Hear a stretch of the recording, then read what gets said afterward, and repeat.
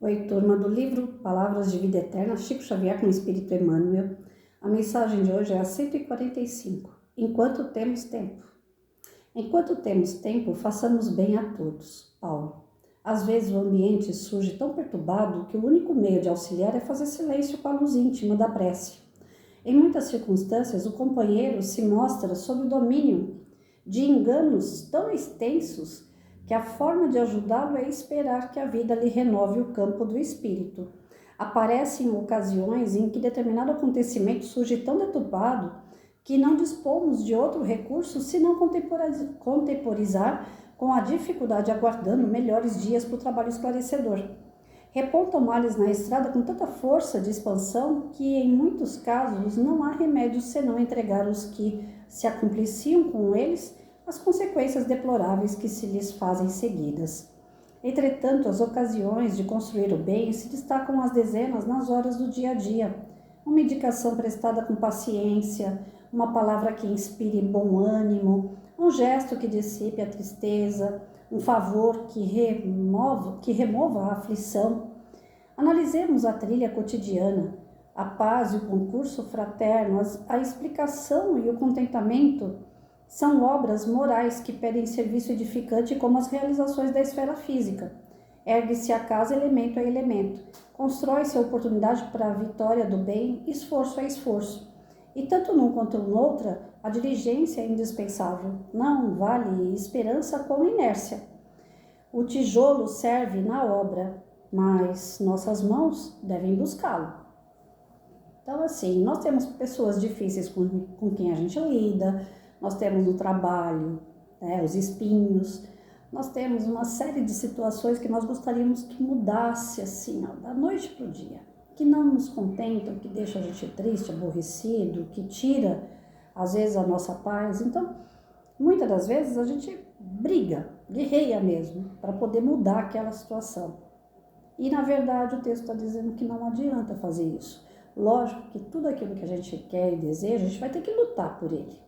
Seja por uma profissão, seja por uma condição melhor de saúde, seja por uma condição de relacionamento. Nós não vamos ficar parados esperando acontecer, mas também não adianta ficar brigando o tempo todo, querendo da noite para o dia que as pessoas tenham o mesmo olhar que nós. E nós, que eu falo, que nós ainda estamos atrasados, não é que nós estamos bem melhor do que alguém, não. Mas às vezes a gente enxerga assim, tá no trânsito, você tá vendo que o carro tá indo para o lado que pode oferecer algum tipo de perigo, o outro, da visão, do jeito que ele tá dirigindo ali, ele não tá vendo. Então você vai avisar a pessoa. Mas a pessoa não quer dar ouvido. Geralmente quem tá dirigindo ainda fala para você, quer dirigir? Então, se a pessoa não quer te dar ouvido, você tá junto com ela, vai acabar acontecendo também com você o que vai acontecer com ela. Porque a escolha de estar com ela é sua, e ela de ter o livre-arbítrio de fazer o que bem entende, achando que está certa. Então, quando nós temos pessoas difíceis assim, que acham que tudo ela sabe e que é tudo do jeito dela, um dia a Patrícia foi assim, coitado do meu marido, que ele participou dessa fase. Os outros namorados que eu tive, o filho, pegaram também, mas não tanto quanto o meu marido. Eu falo que o meu marido morreu e foi direto pro céu. Esse aguentou, viu, gente? Eu era muito difícil. Se eu era difícil depois da morte dele, antes, então, porque eu vim do quê? De uma educação autoritária. Minha mãe mandava e todo mundo obedecia, inclusive meu pai. Então eu vim com aquela cultura de que tudo tem que ser do meu jeito, já que na casa da minha mãe tudo era do jeito dela. A gente acaba cultuando, pegando o exemplo. Como eu falei em outros vídeos, o exemplo arrasta.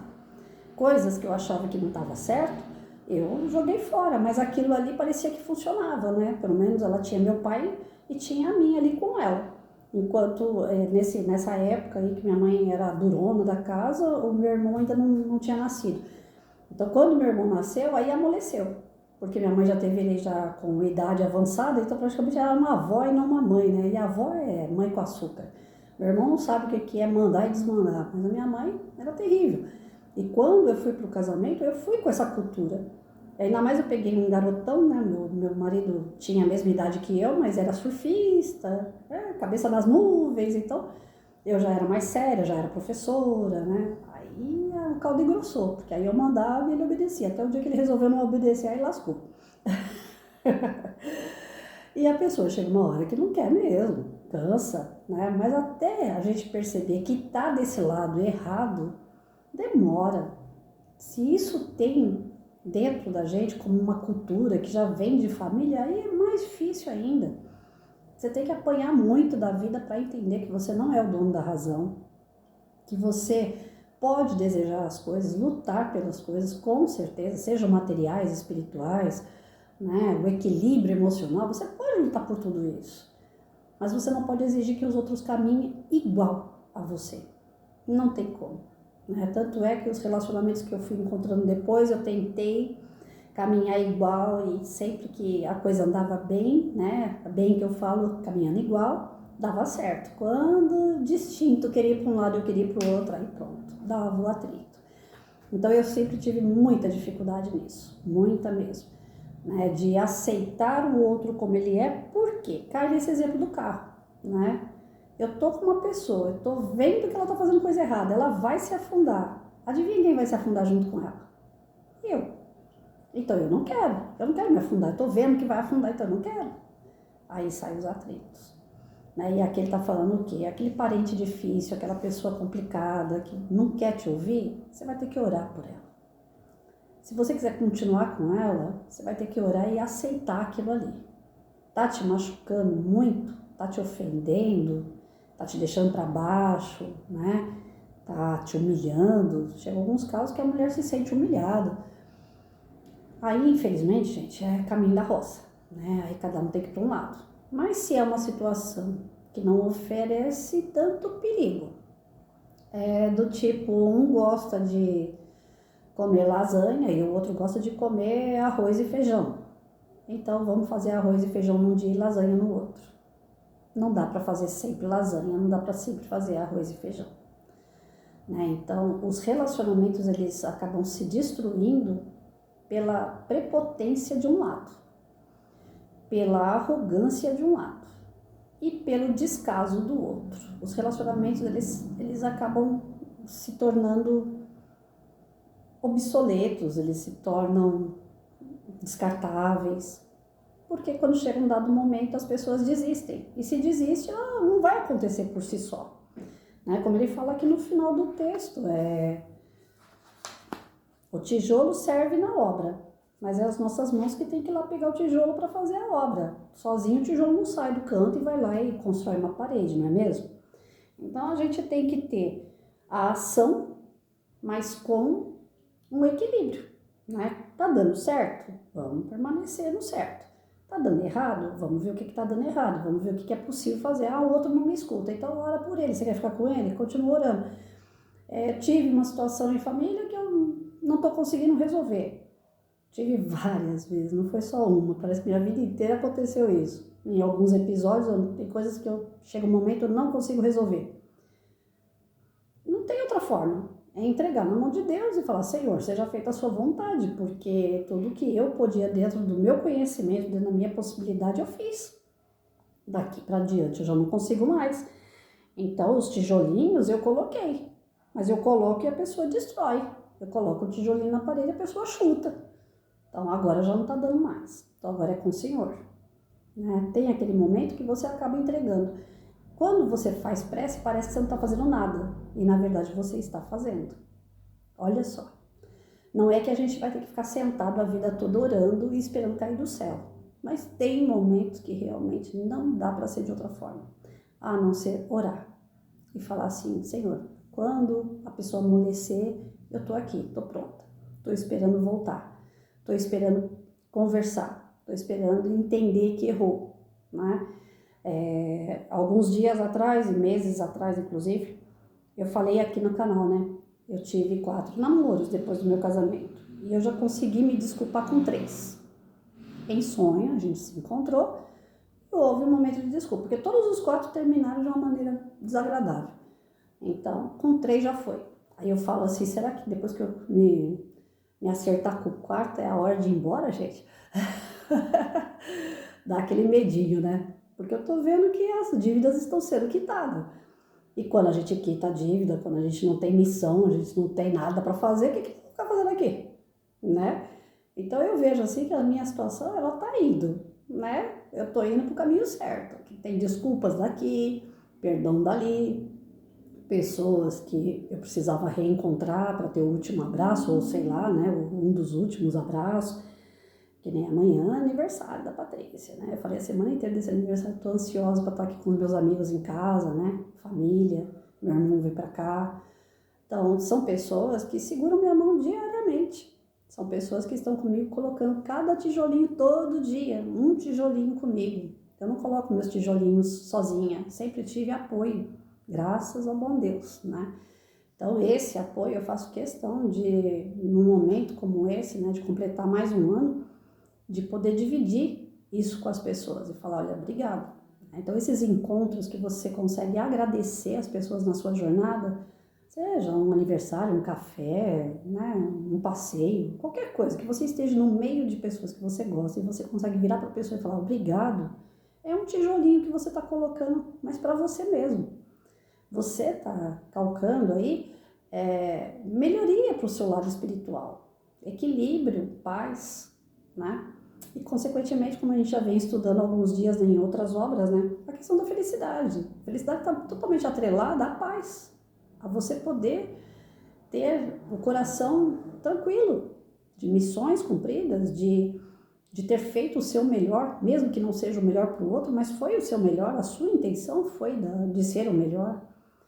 Então, enquanto nós temos tempo, né, enquanto nós estamos aqui, vamos reconciliar com o inimigo, né? Não é ser hipócrita, não, isso não é hipocrisia e nem fazer isso por medo, né? Não, vou fazer isso porque senão Deus vai me castigar. Deus não castiga ninguém, mas vamos fazer isso por nós.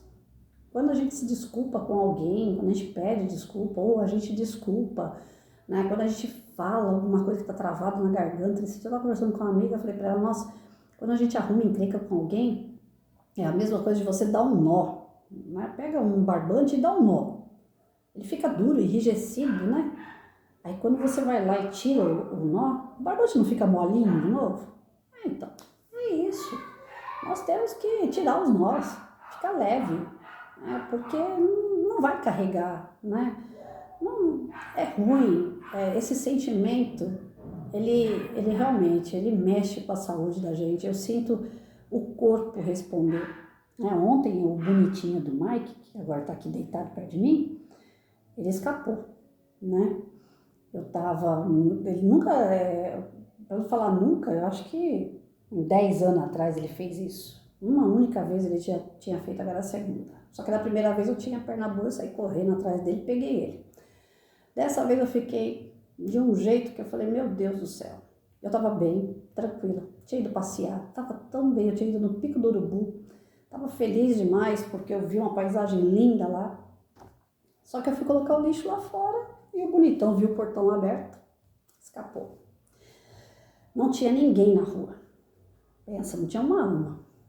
Falei, agora não consigo pegar ele mais. Ele vai lá para a avenida, correndo do jeito que estava, podia ser atropelado ou sumir, descer a avenida e ir embora, e eu não vou pegar mais. E ele não me obedece. Não adianta. Se eu falar, Mike, volta, Mike, ixi, eu gritei até não querer mais, não adiantou nada. Acordou, né? Tô falando de você mesmo. Aqui, ó. Esse eu posso com isso. Ele entende. Só que é danado. Aí eu gritando ele, Mike, volta, nada. Quando vê aparecer um homem lá na avenida, que não é tão pertinho assim de casa, não. Aí eu gritei pro homem, falei, homem, pelo amor de Deus, tenta segurar meu cachorro. E ele é bravo, ele morde. Aí esse homem veio com um pedacinho de pau que ele encontrou, galho, e veio tentando bater no chão para poder espantar ele, para ele voltar para o bairro, né? E sair lá da avenida. Aí ele veio, aí ele ficou do outro lado da rua e eu gritava, e a minha perna travou, eu não conseguia andar, eu não conseguia segurar em nada, porque eu estava no meio da rua. Eu falei, pronto, eu vou cair, porque não tinha nada para me segurar e a perna bombeando. Questão assim, gente, de segundos, eu acho que não deve ter dado um minuto, foi coisa muito rápida. Deus me amparou com aquele homem que apareceu do nada, Deus me amparou que eu não caí no chão, mas assim, questão de segundos, Aquela Patrícia que estava equilibrada, que estava bem, que estava feliz, que estava alegre, acabou ali. Naquele momento de preocupação com o Mike, acabou a Patrícia. A Patrícia ficou um trapo. E assim como acontece por uma situação dessa, que eu estou falando para vocês, que é uma situação preocupante, de desespero, né? Porque você não consegue agir, você não consegue fazer nada. Eu não conseguia fazer absolutamente nada na hora. Eu só gritava, meu Deus, eu quero meu cachorro de volta. Senhor, traz meu cachorro de volta. E aí apareceu esse homem. Quando apareceu esse homem, eu, pelo amor de Deus, moço, traz meu cachorro de volta. Mas Deus, né? Toda hora eu gritava Deus.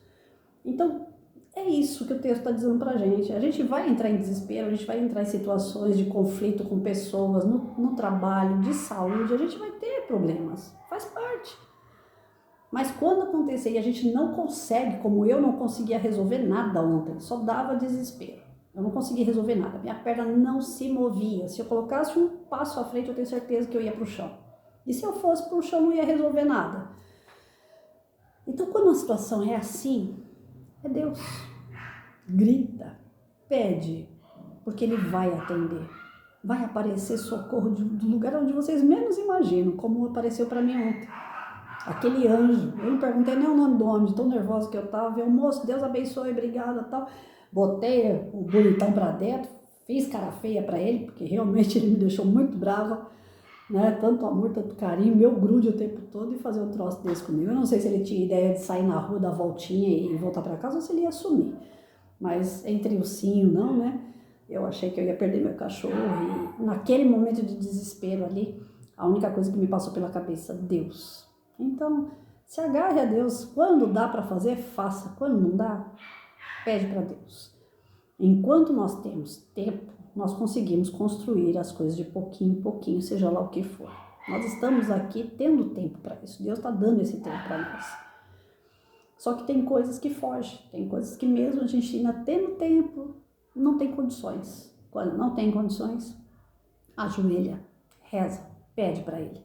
Ele vai atender. Eu não tenho nada nessa vida que eu não tenha falado com Deus, que Ele não tenha me ouvido. E não é que Ele é o gênio da lâmpada e faz todos os meus desejos, não. Não é nada disso. Às vezes eu peço para Ele amarelo e Ele me dá verde. Não me dá nada daquele amarelo que eu pedi.